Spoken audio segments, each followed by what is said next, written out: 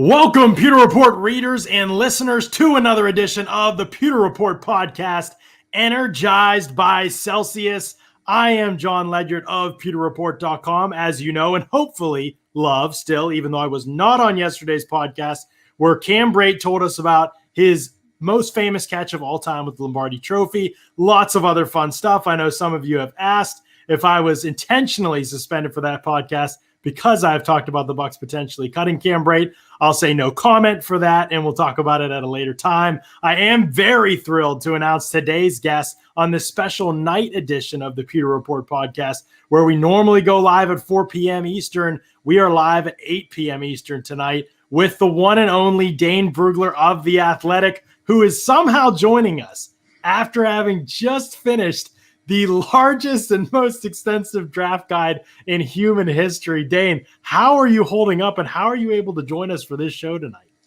Well, don't worry. I've got a six-pack of Shiner waiting for me in the fridge after this. No, it's funny. The only thing longer than the draft guide is the honeydew list I've got waiting for me for my wife when this is all done, as I return to civilization. And that's half joking, but no, it felt good to release the guide into the world today. The feedback's been awesome. It's been really cool to hear everyone that appreciates all the work and that enjoys it. Genuinely, all the information that's in there. I do this guide, because at my heart, I'm a big draft fan, and so I do this guide as something I would want to read. What is something that I would pay money for, that I would want to dive into, and so that's how I designed this. The Athletic did a nice job, kind of gussing it up with some pictures and graphics, made it look a little more pretty. I just focused on the meat and potatoes, everything. That's the background, the analysis, the try to come up with comparisons for these guys, all that. So hopefully people check it out. It's free as part of your subscription to The Athletic. I think it's well worth it. Nice. I love it. If you haven't checked it out, if you don't know what Dane's talking about, I see people in the comments already saying the Beast is awesome. It's the best. And if you don't know, go over to theathletic.com, get a subscription. I tell you this on the show all the time. You do not get content in the football media space like you can get from The Athletic. You just don't. I'm telling you, if you're a big football fan, draft fan, whatever, you got to subscribe to The Athletic, subscribe to what they're doing. Obviously, most of you know Greg Auman covering the Bucs. He does great work over there. But Dane's draft stuff is second to none, man. It's terrific stuff. So go over to The Athletic, download this draft guide. You want to have this thing next to you. That's called the Beast for a reason. You want to have it next to you during the draft. So when it gets into the seventh round and it gets into undrafted free agents, I used to have time to watch all those guys when I didn't cover a team. Now I don't have time to watch all those guys. I go to Dane's draft guide every single year, and I'm saying, okay, Dane had this guy like 50. I'm not kidding you. He ranks like 50 dudes at every position or more. It's extensive stuff. It's terrific stuff. You're going to want to make sure you pick it up. So go over The Athletic, subscribe, check out Dane's draft guide for sure. Dane is probably going to need, as he mentioned, he's got his six-pack waiting for him. He's probably going to need a little pick-em-up after all of that hard work. I know we're going to sleep in May, but at the same time, we are going to need a little bit of energy to finish out this draft season. So who better to sponsor today's show than our good friends over at Celsius?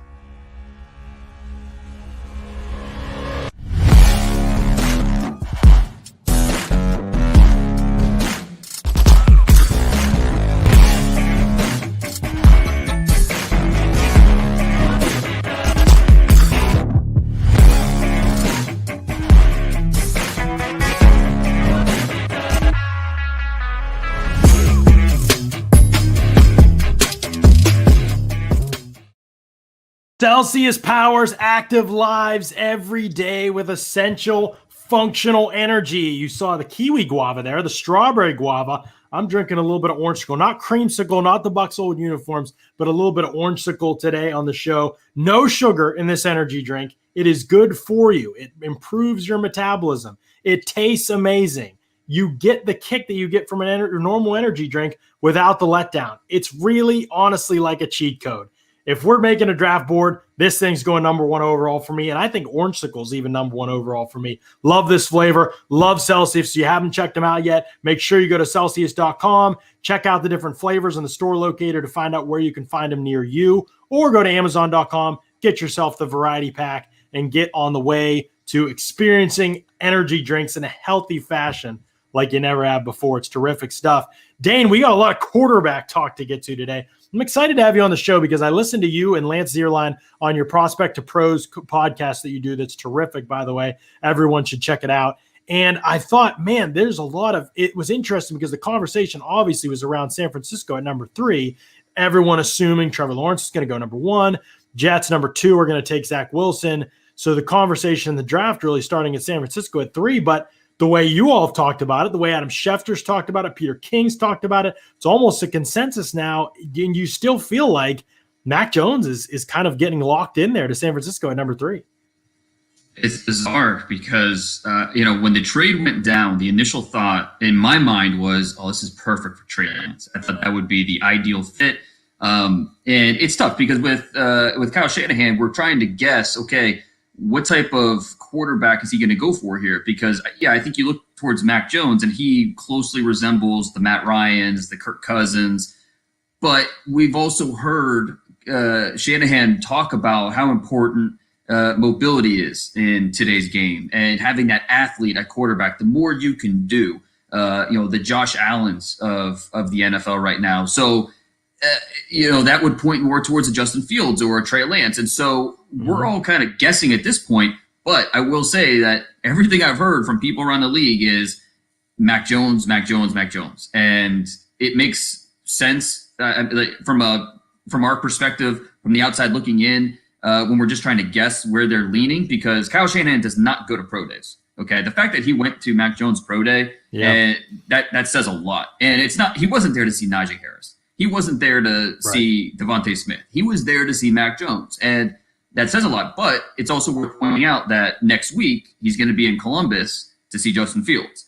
So that all of a sudden, that gets worked into the mix. What does that say? I don't know. I mean, is Justin Fields just as much of a candidate there as Mac Jones is? Mm-hmm. It's really tough to say, but I will say this: we cannot rule out Mac Jones at number 3 as a very strong possibility. There's a lot of smart people around the NFL who believe that's who it's going to be, and it's not. I've been doing this long enough where anything you hear in April, kind of let it go in one ear and out the other, because that's just there's so much misinformation.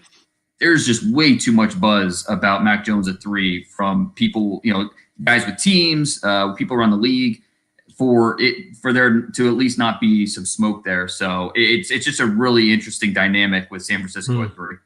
Yeah, it's fascinating to me for a couple reasons. One, obviously, I think people say when you trade up to 3, you would probably go in for one of the quarterbacks who most people believe, most draft analysts at least believe, you and I would believe are better and have higher ceilings than Mac Jones does. And it isn't even to knock on Mac Jones. I mean, I like Mac Jones as a player. I think he's good. I think, based on looking at your board, you have him with a first/second round grade, kind of in that range as your QB5. So, I mean, it's easy to like Mac Jones. I think it's just hard to imagine trading up to number 3 for a guy like that. And one of the things that totally threw me, and I wonder if you could shed some light on this, is when the trade happened, I remember some people, like I think you and maybe Lance both tweeted something along the lines of Trey Lance makes sense, or something. Lance at least did.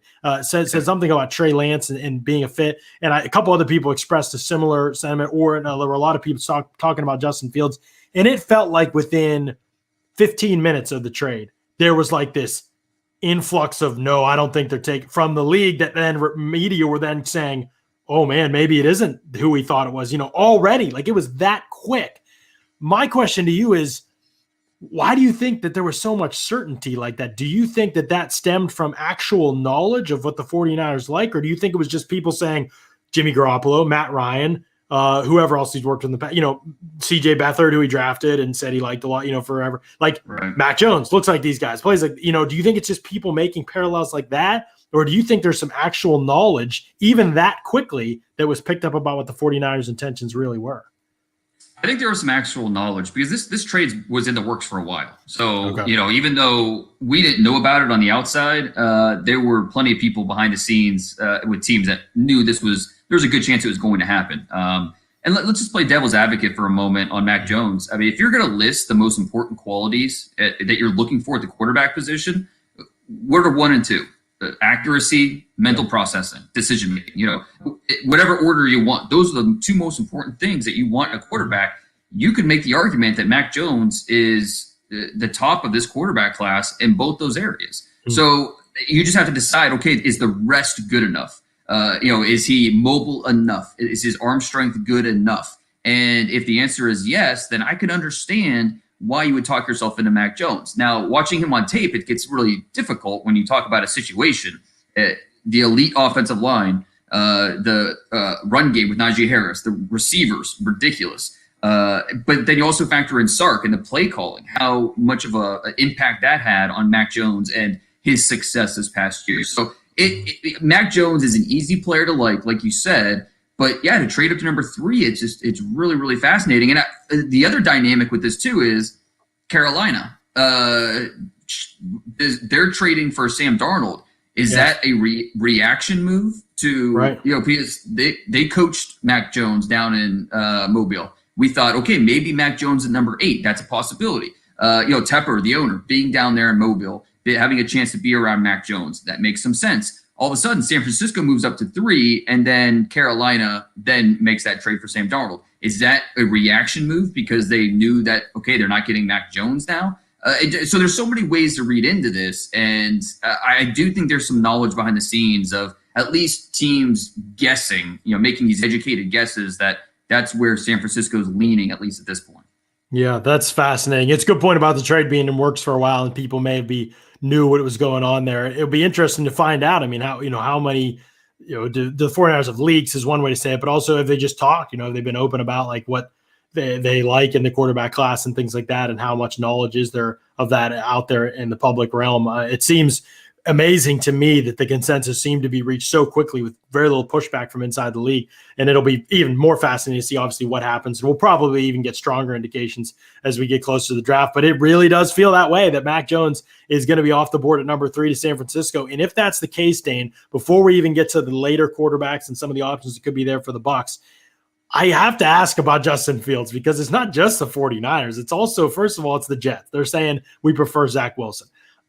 You prefer Zach Wilson as well. You have him ranked 2nd in your quarterback board. I'll let you talk about that too. But I still prefer Fields, but I also really like Zach Wilson. So I can get that one. I see what Zach Wilson does that would excite teams, obviously. And I totally understand it. I think he's very good. Like I've said and written and tweeted about, it would not surprise me at all if Zach Wilson in this class overall when it's all said and done. Not that I don't think Trevor Lawrence is number 1, but I think it's close enough that I could see any realm of outcomes, especially with that position, than how much landing spot matters. But now you've got the Jets, and now going Zach Wilson. Now you've got the 49ers going another direction. You've got the Panthers saying, we don't really care if Justin Fields is there. We'd rather trade for Sam Darnold than wait to see what happens with Justin Fields.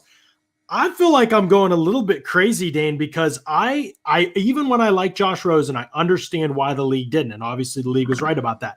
I love Deshaun Watson as a player, obviously, and I understood with his release being a little bit unorthodox that why the league might not have been as keen on him as I was. Obviously, I ended up right about that one on the field. I've understood in the past when I've disagreed with the way that the NFL seems to perceive the quarterback. I've understood why. I've just still stood by my stance. I don't get this one. I know that I'm not saying Fields is perfect, but it seems like the things the NFL really values, the physical tools, the mental acumen, the commitment to the game, the athleticism at the position, the ability, desire to make all the throws, accuracy. I know that there's some issues at times with speeding up his process in the pocket. I completely agree with that. But are you a little bit more dumbfounded with the, quote unquote slide? Because he's probably still going to go in the top 10, but the quote unquote slide of Justin Fields and how the NFL has seen him compared to how they typically see a quarterback like that? Yeah, yes and no. I mean, I anybody that views Justin Fields as a top 10 pick, like I agree with them. There are people, on Twitter that if you have Justin Fields as the 4th best quarterback and the 8th best in the class, they get so upset you think he's trash, Dane? You think he's that trash? Exactly. If I had a top 10 pick, I would have no problem betting on Justin Fields and his traits. Because you look at a guy like Josh Allen, so many people trashed him before the draft and this and that. But you know what? You're betting on the size, the arm, the mind, and you're betting on those traits. And, with Justin Fields, he was even, way more accurate than Josh Allen ever was in college. He's got a lot of the traits that you want to bet on, the athleticism, the accuracy, the intangibles. This is a guy that when the college football season looked like he was in the balance, he never wavered. He never opted out. He put together a petition. He was at the head of the line saying, let's play.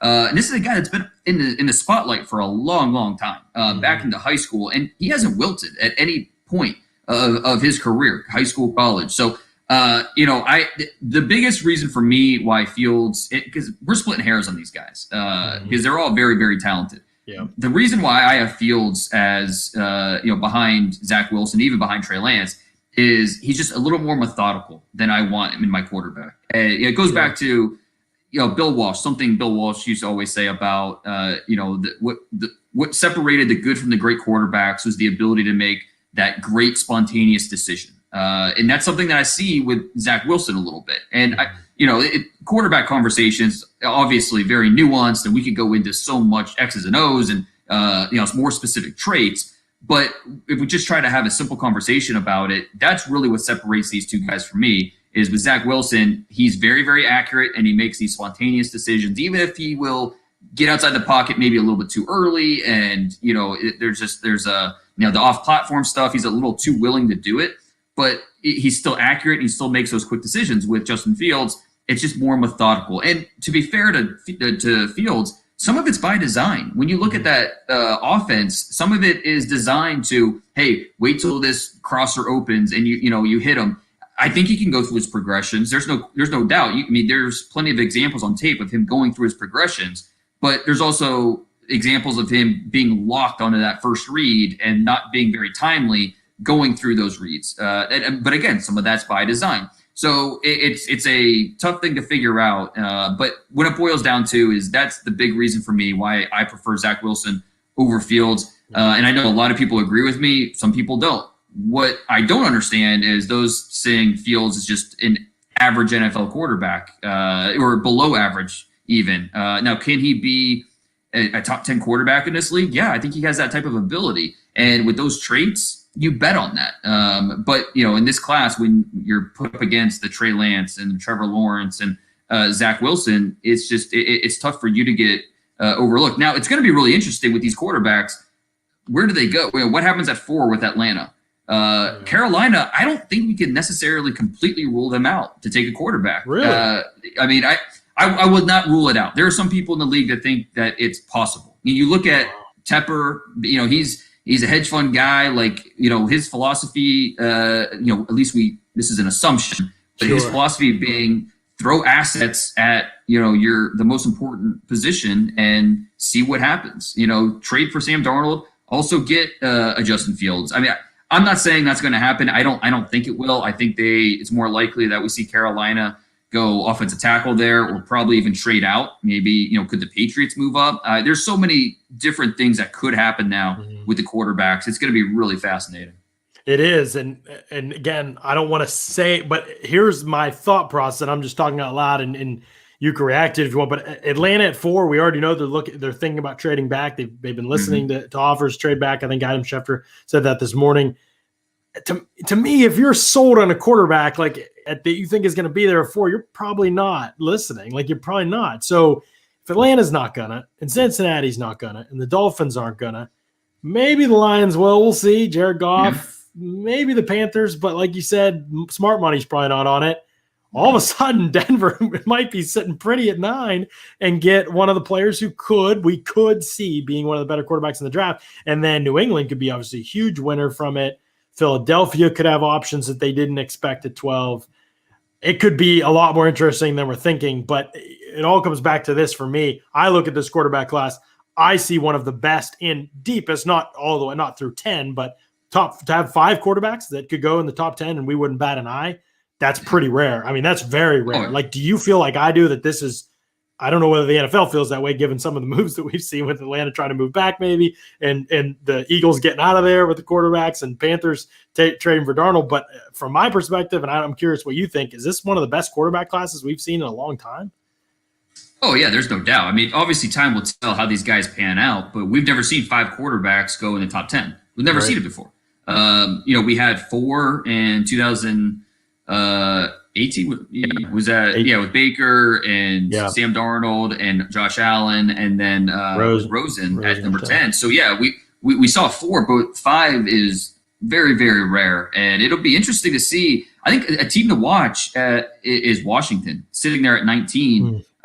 They could be in a position where it's maybe a little more feasible to move up from 19 up to, say, 8 if they wanted to make a move with Carolina. I think that's certainly possible. New England's the interesting one because we just don't know, with obviously having Tom Brady for so long, we just don't know necessarily how aggressive they might be with a quarterback. They saw last year what life was like without that upper echelon quarterback, and it was not great. So do they feel a little more heat to maybe be aggressive, go up, take that swing, take a quarterback? And we just don't know with New England because, again, they having Tom Brady for so long. So I can't wait to see how it plays out. It's going to be a lot of fun.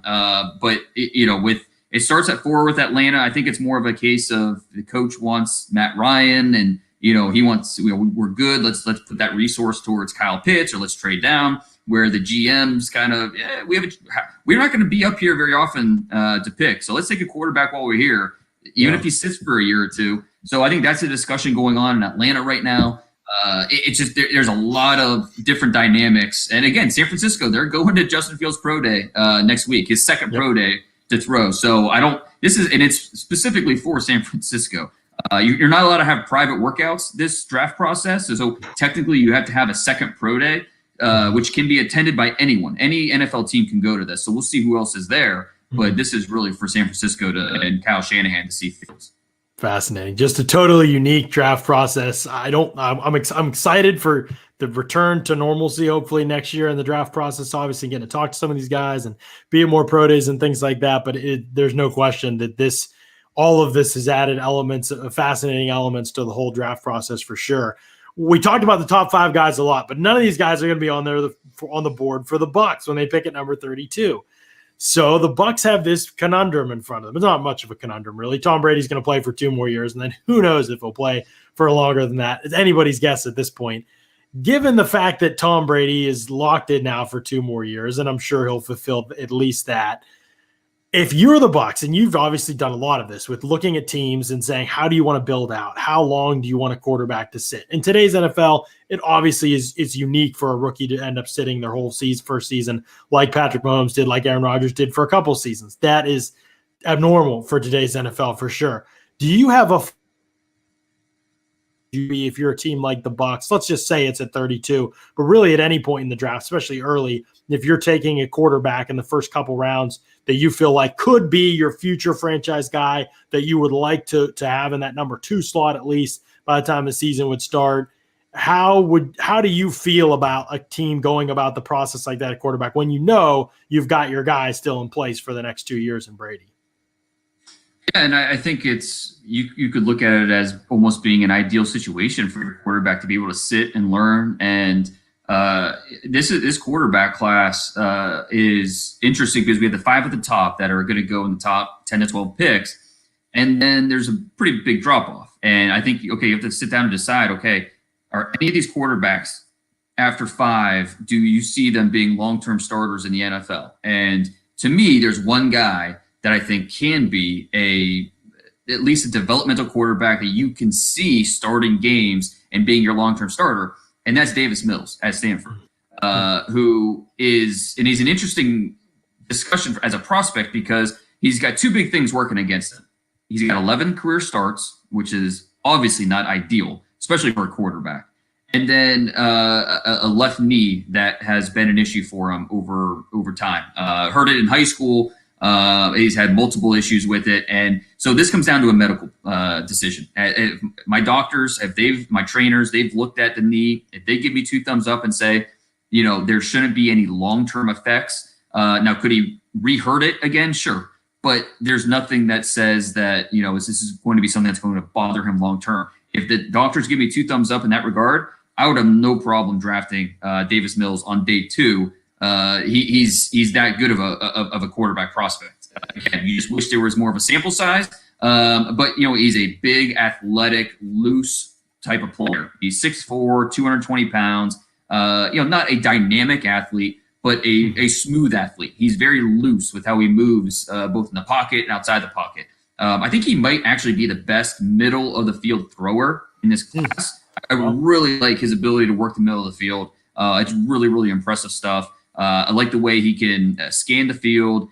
He's got a very clean release. There's some things that we can nitpick with him. But again, he's the one guy from this class that I think could be a long-term starter. Just comes down to, can he stay healthy? And, how much more development does he need having only 11 starts under his belt? This is a 4- and 5-star recruit coming out of Georgia. Barely played his first 2 years. As a sophomore, he came in. Basically, he's the guy that took KJ Costello's job, made him transfer to Mississippi State. And then this past year with COVID, he actually missed one game because of a false test. And then he started the other 5 games. And, just watch the UCLA game. That, I think, put everything on display, what he can do, both the good and the bad, and why it's easy to be encouraged by what he can be at the next level. Really interesting stuff. And we've talked about Davis Mills a little bit on this show, but we've talked about him maybe a little bit less. I know Kellen Mond is kind of a name that everybody's been caught up in at times. We'll talk about him in a second. Kyle Trask is a Gators guy. So obviously, people in this area are like, oh, what about Kyle Trask? I think a lot of Bucs fans actually have kind of ruled out Trask. We'll talk about him again in a second too. But sticking with Mills just for a second, you mentioned his ability to read middle of the field and do things like that. There is the tricky aspect of this evaluation right now for Bucs fans. If you are thinking about quarterback in this upcoming draft, you are thinking about Bruce Arians type quarterbacks, like who he's traditionally coached over the years. But there's the caveat that Bruce Arians very well could not be the head coach by the time said quarterback would play. I mean, he may retire with Brady in a couple of years. I mean, that seems almost likely, I would say, in a couple of years anyway. And so when you're Jason Light and you're thinking about the quarterback position, and to me, this is a reason not to draft one at all. But since we're entertaining the idea, it adds a tricky aspect to it because you're not even sure what coach you're going to have to go to pair with, what offense you're going to have necessarily to pair with a quarterback. And so you almost would have to go off Light's preferences at the position and his preferences in an offense as well, and be a little forward thinking in that if you did it at that point. Having said that, is there a system or a style of play or offense that you see Davis Mills' skill set working best in the NFL? Well, I think the great thing about watching Stanford quarterbacks is they do a little bit of everything. He's a lot of under center stuff. They've introduced a lot more of shotgun and spread, and but obviously they still operate a lot under center, and so we've seen him do a little bit of everything. I think the play action game he'd be very good. But I think you make a great point with when you talk about Bruce Arians, and because I hear a lot about Carolina at 8, who would be great with Joe Brady and this, and it's I don't think you can't draft a quarterback based off how he's going to be with Joe Brady, because Joe Brady's probably not there next year. That's right. So you can't look at it like that. And you make a great point with Bruce Arians. I mean, it's the long term. If you're drafting a quarterback with the objective of him being your long term starter in a couple of years, then yeah, I think that makes sense. So I think that Mills gives you a little bit of flexibility because there's not one specific scheme that he has to be in. Like I said, he's got a little bit of best, but keep under center, shotgun. He could do either of those things, and I think that Stanford offense really allowed to show the wide range of things he can do. Yeah, plenty of both in the Bucs offense with the under center and the shotgun. Not as much with the boot action, hopefully more with the play action. We'll see if that trend continues this season. They're moving in the right direction at the end of last year. That's interesting stuff about Davis Mills. We'll definitely have our eye on him and maybe even do a separate show on Mills and some of his stuff. Bucs fans, if you're listening, I know some of you are reacting pretty strongly to what Dane's saying and getting pretty excited. But like you said, it's tricky to figure out exactly what type of quarterback you want right now. Good to know that he has some diversity scheme-wise. Let's talk about Kyle Trask because he's the Gators guy, and there's some people in the chat I know, big Florida fans, and they watched him light it up. Kyle Pitts, Kadarius Toney, they love what he brought to the table. But at the end of the day, I go back to what Bruce Arians is talking about when he says, if we're going to draft a quarterback, we might draft a quarterback, he said, but it has to be somebody with upside. That's literally the word he used, I think, twice. And when I hear that, I just don't think about Kyle Trask. I don't know. Do you agree or disagree with me? When I hear the word upside at the quarterback position, I would never picture Kyle Trask. No, I 100% agree. I see a carbon copy of Mason Rudolph, and that's not meant. I guess it's both a positive and a negative. A guy that can come in and maybe win you a game as a fill-in starter if you need to, but mostly he's going to be a backup. And there's just a lot to like about Kyle Trask. He was such a great fit with Mullen because he understands where to go. He's a very cerebral player. He understands where to go with the football. There are not many times where he looked shell-shocked and just panicked and didn't know what to do. He had a lot of talent around him, just like Mac Jones, throwing the Tony and Pitts and those Grimes and the weapons that they had for the Gators. But there's a lot to like about his ability to push the ball down the field. Small windows don't intimidate him. He's a really confident thrower. Timing, trajectory, those are staples of his tape. Doesn't have the biggest arm. The biggest thing I worry about with him is just the heavy feet. He's a guy that he's got some functional mobility to work the pocket, but if you're going to move him off his spot, that's where he will start to really struggle. Doesn't have that the quick feet to quickly reset and to get on time, back on time. So I see a Mason Rudolph player, which is fine. That's a guy that should earn an NFL paycheck the next decade. Mostly as a backup, but I don't think any team's gonna be drafting Trask with the long-term plan of him being your starter.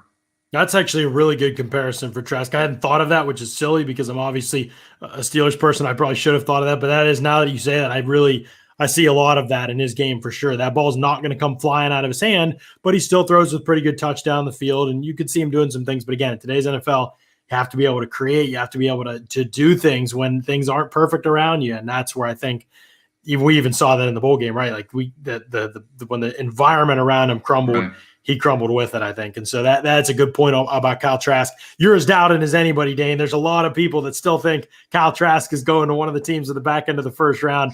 On a scale of 1 to 10, how shocked would you be if Kyle Trask was a first-round draft pick? 10 being the most shocked.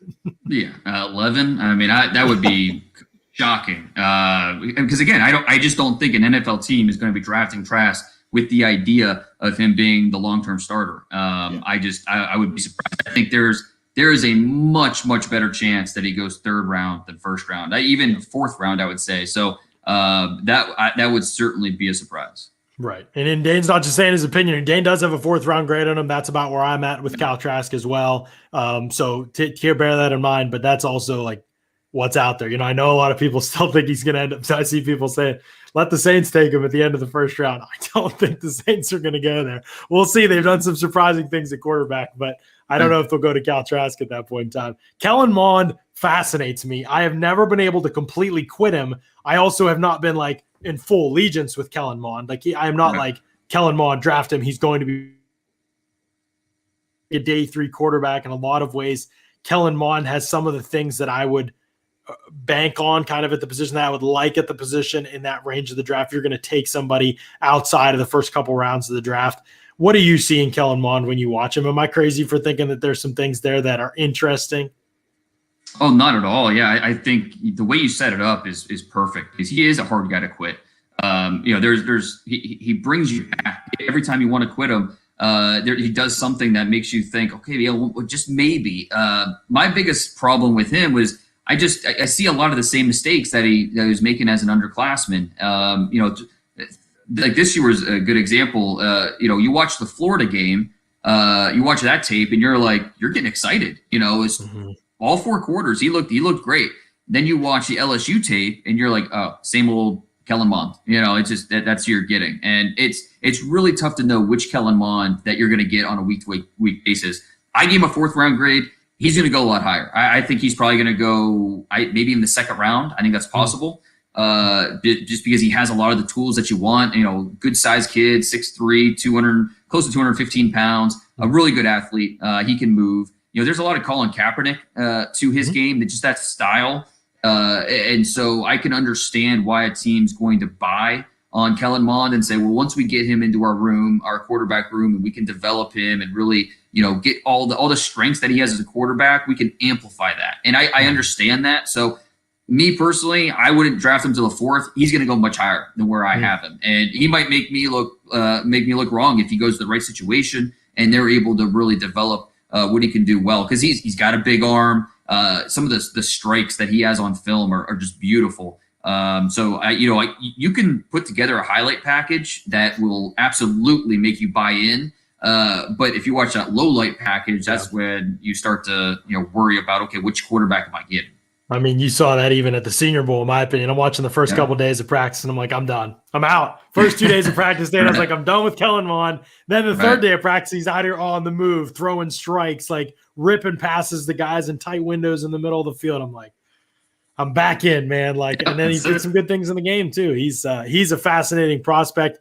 Again, I'll say this all the time. I think that the quarterback position, we can talk about traits all day. At the end of the day, consistency is what sets apart everybody. I mean, it sets everybody apart. Kellen Mond can get into a game in the NFL, play awesome for a game. Nick Foles can go on his run and win a Super Bowl. At the end of the day, Nick Foles is Nick Foles as a prospect. He caught fire, and give him credit. Played great in a stretch, but that's what to me is good. I think Kellen Mond will have a career full of pulling people in for a few games and then ultimately probably leaving you disappointed. And so, take a guy like that at your own peril a little bit. All right, so we're through the first 8 guys on your board. For those of you who didn't tune in, and you check out the draft guide again at The Athletic. Dane's got so much good stuff out there on these guys. But Trevor Lawrence is 1, Zach Wilson is 2, Trey Lance is 3, Fields, Mac Jones, Mills, Trask, Mond. Then you've got Ian Book, some of these other guys lower down the board. I'm not going to go through all these guys are into the 5th, 6th, 7th round grades here, the priority free agents. Let's just envision Bruce Arians in 2 years. He wants to keep coaching. He loves it. They've won 2 more Super Bowls, and he can't quit. 3 years in a row, the Bucs have won the Super Bowl, and now he's thinking about who's the next guy. And one of these guys is the next guy, let's say. Is there a player that you think out of these quarterbacks that are later down the board in this draft that you see toolsy, pocket passer, aggressive down the field, tough under pressure? Anybody have any traits like that, even if it's just 1 or 2 of them? Anybody jump off the board, you saying this sleeper, this priority free agent or 7th round guy is pretty intriguing as a quarterback prospect? There's really not much. I really don't like this quarterback group. I mean, like a guy like Sam Ehlinger, he's like Jalen Hurts. I don't think that really fits. Ian Book, I think he's going to be a backup in the league for a while, but I don't know that necessarily fits what the Bruce Arians scheme. I mean, you could look at a Jamie Newman, Georgia / Wake Forest. He did so much good stuff on his 2019 film that got you intrigued. And okay, he's transferring to Georgia for his senior year. Okay, let's see what happens. Then he opts out. And so there's just a lot of unknowns with Jamie Newman. That could potentially make sense. Felipe Franks, which I'm sure your Florida followers are loving that. Felipe Franks, there's something to like there. I mean, he is a big, 6'6.5", almost 240 pounds, got a rocket for an arm. He made some necessary improvements this past season at Arkansas, where you start to there might be something here. He's one of the better deep throwers in this draft. So there's something with Felipe Franks that if you're gonna take a swing on a quarterback that would potentially fit Bruce Arians' scheme in this draft, Franks might be the best fit. Talking late rounds that might actually fit. Yeah, you hit the nail on the head there. He was the only guys I looked across, and I know most of these guys that I've seen at least a little bit of some of these guys that you've ranked lower, and I was like, man, he's going to say Felipe Franks, isn't he? And I'm just going to be like, don't do it, Jason. But no, I think you're right on paper. Again, size, the arm strength, things like that.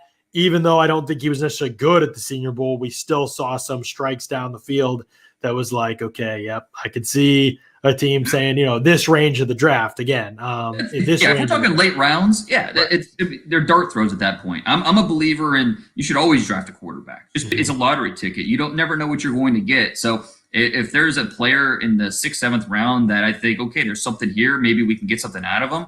Right. You can't rule it out. It makes some sense. Right. Absolutely. We've already kept you super long, Dan. I want to throw one more thing at you before we leave. Bucs at 32. You've done a couple mocks at this point. Kind of what your thought process is for the Bucs at this point in the draft. Are there a couple players that you could see, not even necessarily saying giving you one that are making you pick one player and saying the Bucs will take this player, but are there a couple players at any positions that you see that you think from what you've heard or what you've known or your evaluations or watching the Bucs or seeing fits that you think, okay, at 32, I could see these couple guys being like top options for the Bucs at that range of the draft? I love that Najee Harris fit until they re-signed Fournette. I thought that was such a great landing spot for him. Now, I'm kind of looking towards pass rushers and some of these guys. It's always great to bring in more pass rushers, guys that could be nickel rushers and then eventually become starters. I think you look at the pass rushers that are going to be available in the late first round. If a Jalen Phillips from Miami, who might slide a little bit because of the injury questions and things like that, if you could add him to that rotation, that's something offenses are not going to want to see consistently. So I think that would make some sense. You could always go offensive line, get stronger up there. You could never have too many offensive linemen. So could there be an offensive lineman there that would make sense for them? That's possible depending on who's available. So I want to see them go in the trenches. I think that makes some sense. Pass rusher, offensive line, especially with how the draft is, how we think it's going to play out. Pass rushers that could be there at 32. Some of those offensive linemen that could fall there. I think that makes some sense. Yeah, absolutely great stuff. If you don't know, ladies and gentlemen, at DP Brugler, Brugler on Twitter. I'm sure you already know, but follow him. Check out his draft work over at The Athletic. You can subscribe for like $1, I think, right now and get access to Dane's draft guide. It is a ridiculous steal. You have to do it. Go over to The Athletic, check it out, download his draft guide. You're going to have pages and pages of content. You're going to be reading for forever. You're going to be briefing through that thing all throughout the draft, and it's going to be well worth it. So make sure you go there, do that, and support Dane's awesome work. Dane, thank you so much for taking the time. And on a today of all days, too, when your draft guide comes out, I just really appreciate you agreeing to do this and taking the time to fill us in a little bit about this quarterback class. Yeah, man. No, anytime. I appreciate it, John. I've always been a fan of your work. So, I'm glad I could come on and talk a little bit of draft and Bucs. So thanks for having me. Absolutely, man. I appreciate that. I appreciate you saying that. Dane Brugler, ladies and gentlemen, we greatly appreciate him. We appreciate him coming on the show. Was terrific stuff from him. And he I'm telling you, he gets it from an evaluation standpoint, and nobody does the homework like he does. That's what's so impressive to me when you look at his draft guide. It is not just player evaluation and player valuation in terms of grades. It is injuries. It is talking to scouts and people around the league. It is tireless work year round to create this thing and to do this thing. And to get the kind of information he gets as consistently as he gets it and as right as he consistently is, it's really impressive stuff. So I appreciate him taking time coming on the show with us. He is the best of the best out there. And when he speaks, man, we all should definitely listen about this stuff. So intriguing stuff about the quarterbacks. Davis Mills, huh? We're going to have to continue to have conversations about Davis Mills. I did watch my first couple Davis Mills. I'm going to save my thoughts, though, for a later show because I'm going to wrap this one up with y'all. But appreciate y'all jumping in here. Tomorrow, 4 p.m. Eastern, Scott and I will be back. Scott and I are back on the podcast. My defensive tackle rankings, my interior defensive line rankings drop tomorrow at pewterreport.com. You're going to be able to check out those rankings, just like my edge defender rankings, scouting evaluations, grades, all of that. You're going to be able to check all that out. And you're going to be able to react to it and then come on the show. You can ask me questions, comments, criticisms, all those things. Scott and I are going to disagree with some of it based on our conversations already. So my rankings are going to be up. My grades will be up. My evaluations, my year 1, year 3 projections for all these guys will be up, and you'll be able to see anybody that you like for the Bucs. We're going to continue the conversation as well tomorrow into the locker room sessions in the evening. If you don't know, Locker Room is changing the way we talk sports. It's the only place for live audio conversations about the takes, rumors, news, and teams you care about. React to sports news as it happens. Gather all your friends and watch parties for the biggest games. Rep your favorite teams and find your community. Better Sports Talk is just a tap away. Download in the Apple App Store and join the conversation with Locker Room. Get the Locker Room app, download it, and follow Pewter Report on there. We're going to have live shows. We've been having live shows. We're going to have live shows going on this week. Tomorrow at 5, there's going to be one. It's going to be Taylor and Matt are going to be on there talking about a little bit about the draft, a little Bucs with you guys on Locker Room. And then I'll jump on there at some point on Friday and do another one with you guys, maybe do some draft Q&A, things like that. Maybe get Charlie Abraham solid. Grumpy Charlie.